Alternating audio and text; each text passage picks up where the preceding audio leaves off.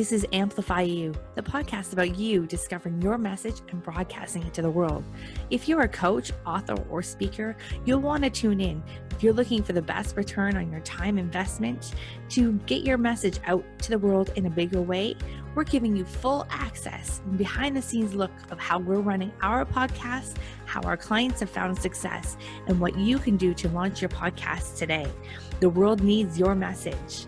I'm Michelle Abraham, the host. Join my family as we unleash your unique genius and find the connections you need to launch your adventure today. Join us and let's get amplified. Hello, Amplify You family. Michelle Abraham, your host here this morning. I am joined by an Ask the Expert interview. My expert today is Edward Lissack. Edward is the expert in the world of computer and network support. So Edward, how are you doing this morning? I'm doing good, thank you. How about you, Michelle? I'm doing great. Thanks for asking. Edward is coming to us from Toronto, Canada today, but normally he's on the Vancouver side of the world, just like me. And so we have that in common today. So we are West Coasters by heart. And Edward, let me tell you a little bit more about Edward, guys. So Edward's an independent computer and network support specialist. In other words, he's known as the computer doctor. So he helps businesses with increasing a productive time and conducting performance analysis and improving bottom lines. He's been in this business for a very long time with over 20 years of experience applying his knowledge to the entrepreneurial marketplace. He brings a unique depth to the service he provides. So Edward's going to share a little bit more about his entrepreneurial journey, which I think you guys are really going to get a lot out of today. So if you're sitting at home thinking about starting your business, you want to incorporate podcasting in your business, and you're just not sure if entrepreneurship is right for you, Edward has been an entrepreneur for a very long time, and he's here to tell you and here to share with you today that entrepreneurship is a really great way to get your business going, have a business, and be able to sustain it for a long period of time, even as a solopreneur. So, Edward, take it away from us. Let us dive quickly first into computer doctor. What's a computer doctor?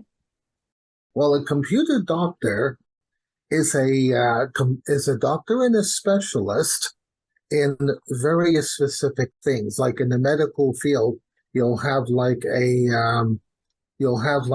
cancer specialist, or you'll have a podiatrist, which is a foot specialist. And then there are many different specialists. A computer doctor, meaning the same thing as a general practitioner doctor, covers a lot of areas. So as a computer doctor, we cover a lot of areas of computers, all different parts of it. Say Windows, even Mac operating system, Windows operating system, which really runs the whole show. And when you're using your programs like Microsoft Office and your security protection, it's all run by Windows. And then also on the component level side, ensuring that the components are working properly, making diagnosis when the computer gets sick. It could be overheating. The fans could be there could be warm air coming out of the fans. The computer could just be very sluggish. So it's a general practitioner of every aspect of the computer. I love it. And that's a great way of cleaning it so that the rest of us understand what it is that you do. So I love that you come up with that term, the computer doctor. So, us entrepreneurs seem to be very hard on our computers by having many things open and going through the day. I know I'm terrible at, I'm not very nice to my computer. Let's just put it that way. I have lots of windows open and I'm using a lot of bandwidth constantly. So do you have a couple of tips for us to help make sure that we're not really like killing our computers while we're going through our busy days as entrepreneurs? Yes. Well, what I do personally is that, first of all, I use my laptop computer a lot. And what I use on my laptop is even though there's a fan underneath inside the laptop, I use an external fan. It's about this long and it's about this high, and it has one or two large fans that go around like this. I put the back of the laptop on top of there. Mm. I plug it in with a USB connection, which is like a cable, into my USB connector, and it keeps the bottom area of the computer cool. That's a really important thing, to make sure it's kept cool. And then also to make sure that your computers are properly up to date with the latest version of Windows, especially because if it's not properly updated, there could be some challenges Right. like error messages. And just to give you one example of a challenge, when one client of mine called me in a bit of a mini panic last week, actually, one of my longtime clients of over 20 years. And my client mentioned to me, I keep getting this error message, please insert disk to continue. And it kept coming up every time, even though she was in Windows, Barbara. So what I did was that originally I was going to go there to her home office, as that's one of my uh, things. One of my trade lines is that I go there to people's home offices at various times. So apparently, when my client turned off the computer and turned on the computer again, Michelle, Windows Update was continuing. So Windows Update wasn't properly finished. So once it finished properly, I asked my client over the phone, tell me everything you see on the screen. And then went in, and then that error message was gone. So it could be a simple little thing like letting the computer finish its update. Because I've noticed that a few of my clients don't wait for it to finish. We're not patient, right? And they run into issues. So it's super important, Michelle, and to everyone out there in the computer world and universe for that matter, is when your computer says to you, downloading and installing Windows Update, please let it run its course. It's really important. This way it finishes, it does what it needs to do, and then there's much less of a chance of running into jams afterwards. That makes a lot of sense. Now, Edward, if you were to look at my computer browsers at the moment, you would probably fall over dead because I have like 50 of them open right now. So what is the impact of having all those windows open at one time on the capability of your computer keeping up with you? The other thing too with computers, if I heard your question correctly, I apologize for the background noise. We have an air purifier, but when it comes to computers, I've looked at many computers, clients' computers. Some, they are overly congested on the outside, externally, as well as on the inside, internally. The term of a hard disk drive is really a miniature electronic version size of a filing cabinet that's in your computer, right. Where you have folders, and then inside folders you got pieces of paper that can easily overload and stack up. When you see in an office there's all these things stacked up, that's what can happen to a computer. So in my complimentary ebook, we talk about that, and we talk about that over time files can be fragmented. In other words, you can have A, Z, Q, T, F, and then J. It's all out of sequence, is out of order, and it's all over the place. So then what we recommend in our ebook is to do a disk defragmentation, or a defrag, which helps to reorganize everything into a sequential order, like A, B, C, D, E, and so on and so on. And it helps to clean up the mess that's inside the computer, and it helps to improve the performance as well. That makes a lot of sense. Yes. That's one of the things. And on the surface of the computer, I've seen some computers where the dust was literally blocking the ventilation Oh area. no. Yeah. And massive, I call them dust bunnies. They're really big, Hmm. even on notebook computers as well. And when the air can't get out. So you have Interesting. like a greenhouse effect inside the computer. So Right. it's really important to keep those ventilation areas clear Yeah. because this way the fans will work better. It's not going to overheat on the inside because the processor can easily overheat if it's clogged up like that. Yeah, those are some great tips. Now, you're talking a lot about Windows and PC. Do you work on Macs as well, or you focus on specifically PC computers? Well, for many years on the PC with Windows, with the many different versions of Hmm. Windows, last year we started working on Mac computers as well Hmm.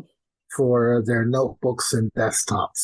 So And did for a number of years, I've been working with clients' tablets and smartphones mm, for Android, the Apple iOS, as well as Windows, because Windows has their Surface tablets and smartphones too. So we started working on those in the last 5, 6, 7 years. so now do you need to do that same sort of defragmentation thing on a Mac computer as you do on a PC, or is that just a PC thing? No, things can get out of order on Macs as well. But Okay. Mac has built-in features that are a bit more advanced than a PC. Hmm. So they have like self-repairing features. Mm. There's more advancement in Macs, but it's Hmm. still important to keep your Mac healthy as well. And Mm. even your smartphones and tablets, it's important to keep those healthy as well to ensure that not everything is overloaded. Because I have another client who I've had for a couple of years, and he has an iPad, Mm.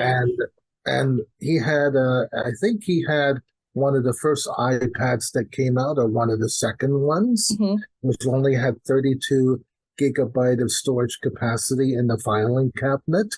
Oh gosh, yes. And then he had so many photos and videos in there. Hmm. We tried to do an update to a later version. They use iOS, Hmm.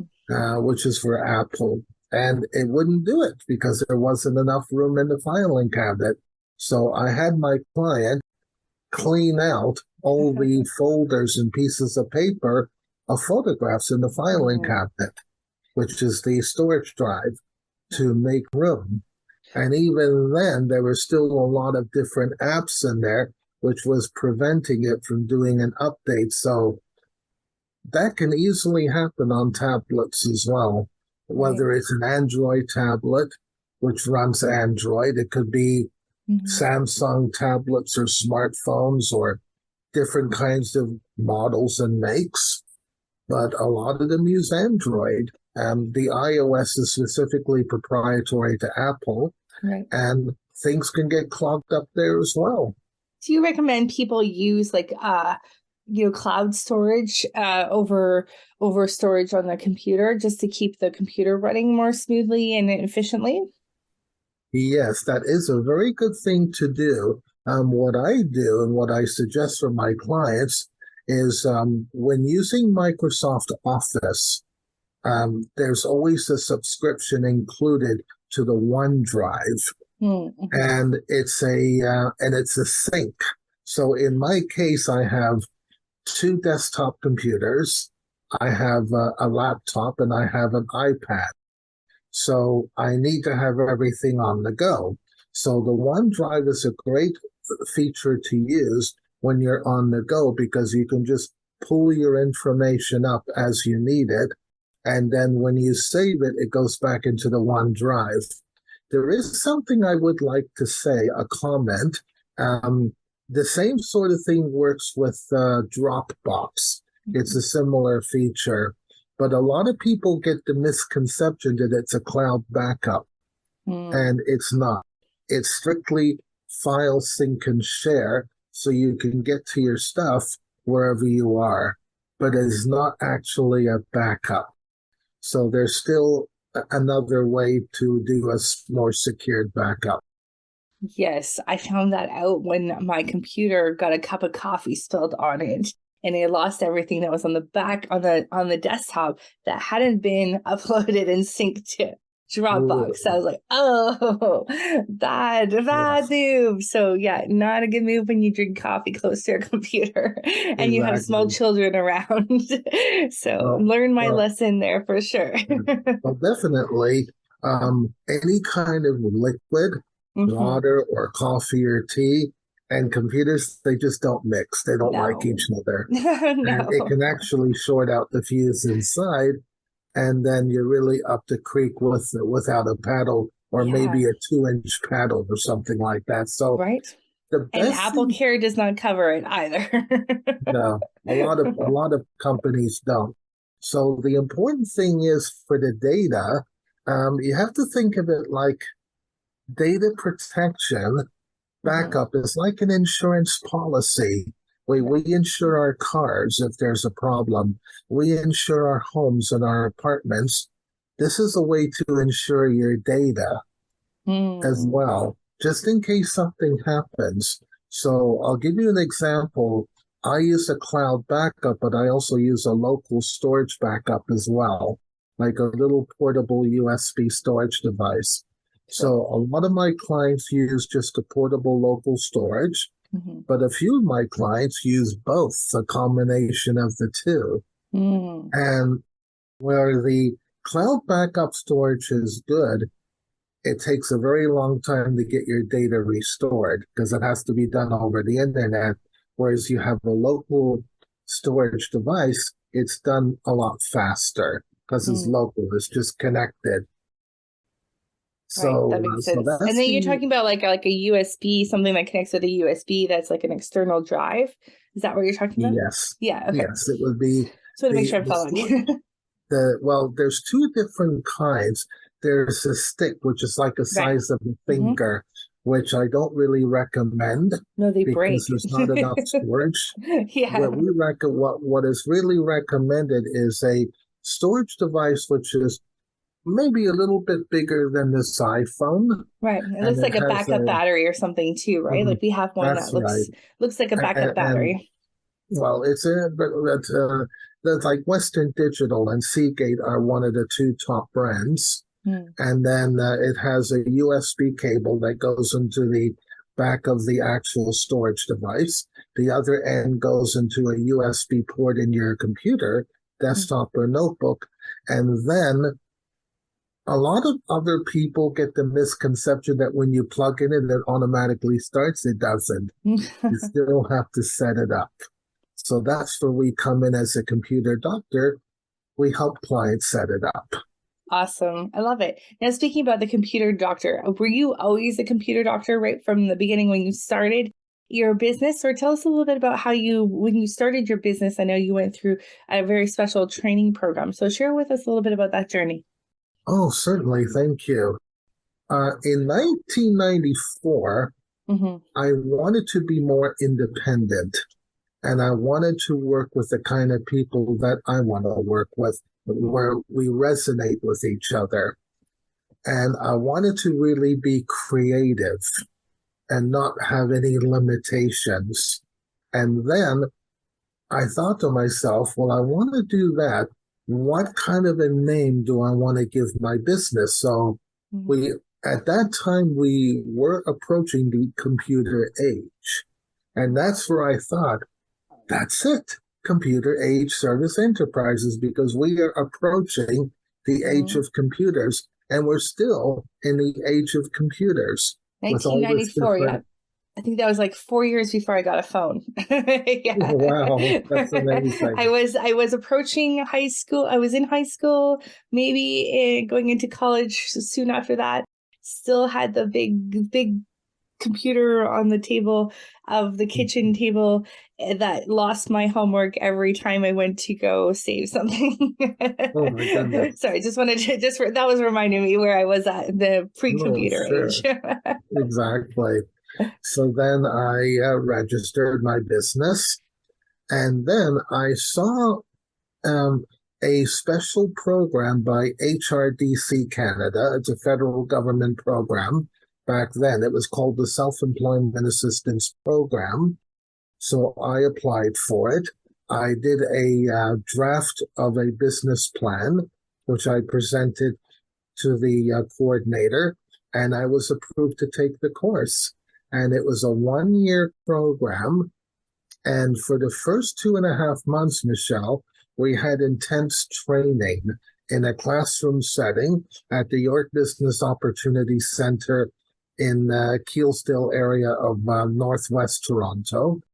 And we went through the process of preparing your business plan, putting all of the different areas together, not just an idea, but all the other components with it, like your cash flow projections, your analysis, also your marketing, how you're going to do your marketing, who your mentors are going to be. It's a whole lot more than just a basic course.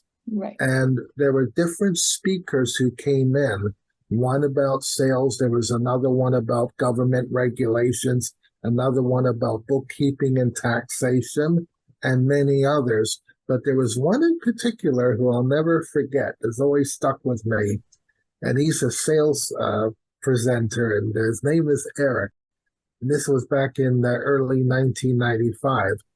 And he did a seminar for about an hour. And that hour has been so valuable ever since in my 28 years.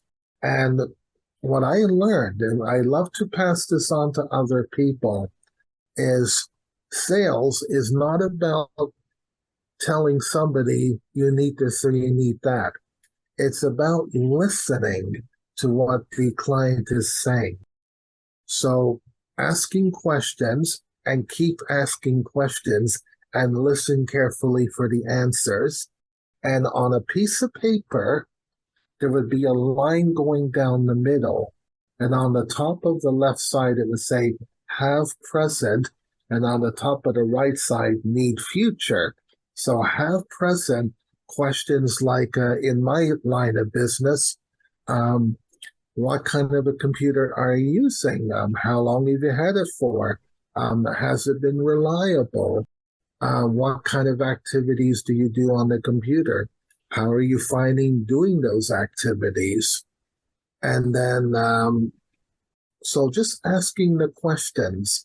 And then on the right side, getting onto the right side, then some of the questions I would ask is, other than doing what you're doing right now, are there other activities you want to be doing on your computer?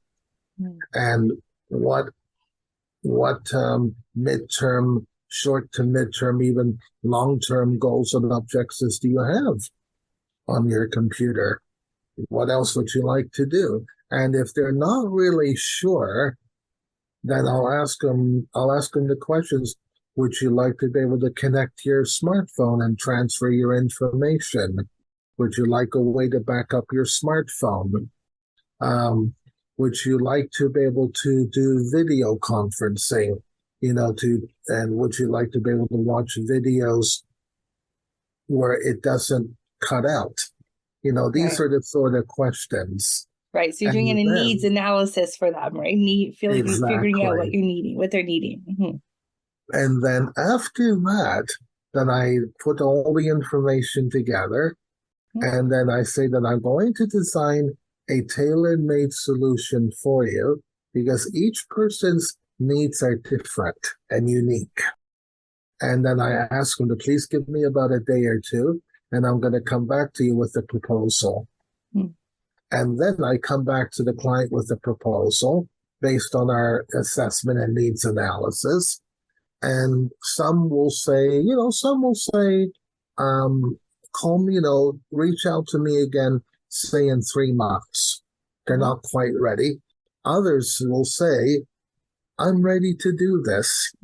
It really depends on how ready they are to implement these new things. So that's what I've been doing for a very long time, and I continue to do that in our 1 hour virtual discovery session. That's awesome. And I know you were sharing with me before we press record that you have a 65% close rate, which is awesome because what you're doing is you're matching their problems with in your analysis there, and then you're able to present them with the solution. So I think that's fantastic. Now, most businesses and entrepreneurs don't make it past year 5. You're at year 28. Can you give us one or two tips of how you've been able to surpass that 5-year mark by a few times over, and for our tips for our friends sitting at home listening in here that are thinking about starting their business?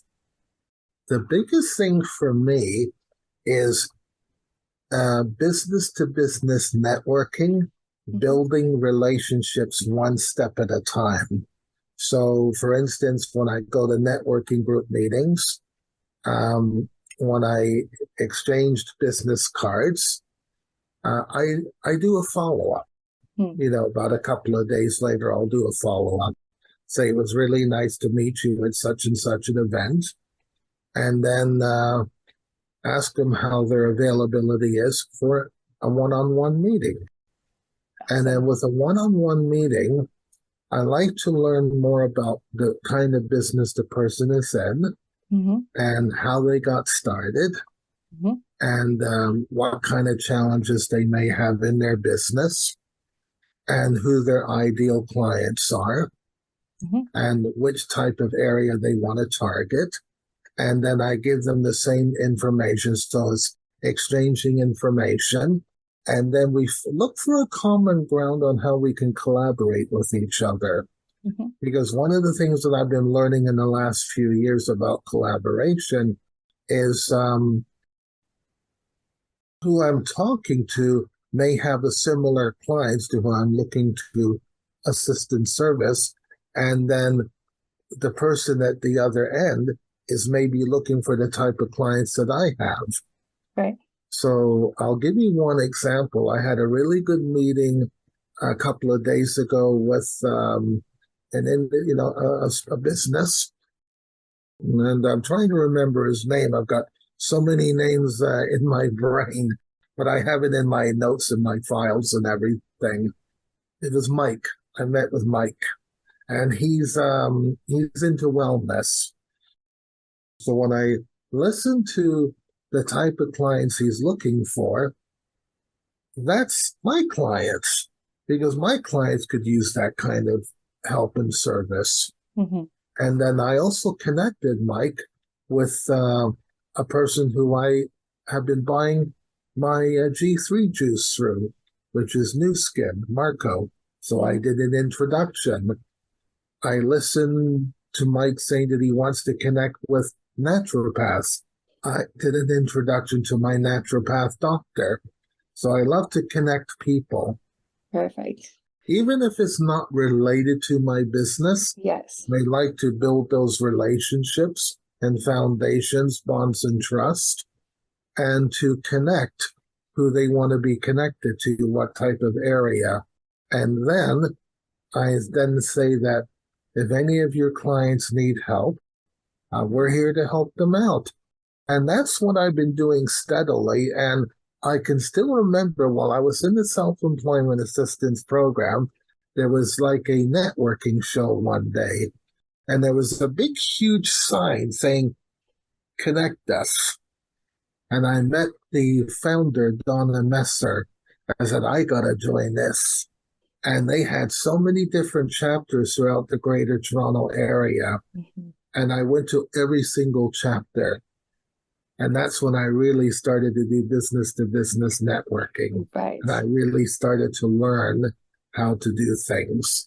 I love it. Those relationships. And ever since I've been networking with different organizations as well. And it's just building up that trust and business relationship. And that's really where the referrals come from. Yeah. As a business, my business is 100% referrals as well. And one thing that I find that just to share with our listeners is that if you're consistently showing up in the same place each week or each month, to the same group of people and actually build a relationship with those people, that's when the referrals will actually come. Yes. And so, thinking of it as like you're actually building a relationship with them. And actually, what we've kind of figured out with podcasting is a way to do accelerated networking and relationship building. So now we use our podcast as a tool, as a networking tool. So now we go out and interview all the people that we want to connect with and collaborate with, maybe who have the same audience as us or have the same kind of work that we do, and then we can collaborate with each other. So using the tool of podcasting to do exactly what you just said, asking all those questions in an interview, kind of like what we're doing today, is really a great way of networking as well. So thinking about your podcast in that way for our audience sitting at home, thinking about their podcast, what kind of podcasts you need to create so that you're constantly getting in front of the people that can become your collaborative partners or your referral partners or your or even your clients. So that's the kind of podcasting we do as well. Oh, yes, absolutely. It's just knowing who your audience is. Who do you want to connect to? Like in my case, my audience is small businesses and solopreneurs is my audience. And it doesn't matter what kind of industry they're in or what kind of business they do. The fact that it's a small business or a solopreneur, that's my audience. Yeah, that's great. So Edward, it's been fabulous having you on today. And I know you have a couple of free gifts for our listeners. So let's share with them what those are before we let you go today. Thank you so much. Well, please go to my website, which is www.computerageserviceent.com. I'm going to put it into the chat as well. And as soon as you go into the website, you're going to see a screen, a little window saying our complimentary ebook. And then you just click, you just put in your email address and your name, and you click download, and it'll come right to you. And it's an educational ebook on using your computer to its fullest potential. And also there's a lot of tips and tricks in there too, and a lot of wealth of advice and information. The other one is in the upper area where it says book the PC doctor. That will give you a link into my Calendly where you can book a date and time at your convenience. You'll see everything there. I will get the information and confirmation. And I offer a 1-hour complimentary virtual discovery session, consultation, assessment, and a performance evaluation of your computer. And in fact, I'm doing that for one of my prospective clients on Monday. And that's a $90 value complimentary. Awesome. Well, Amplify You family, make sure you go check out Edward's offers there and take him up on him. He's obviously a wealth of knowledge, not only about computers, but also about being an entrepreneur and solopreneur in your business. So we'll make sure we add those links into the show notes for those of you that are listening today. And until next time, guys, go out there, have a fabulous day. Know that your voice counts. You need to step up and use your voice, get out there in the world and amplify it to the world. See you again next week. Take care, guys. Thanks, Edward. Thank you very much.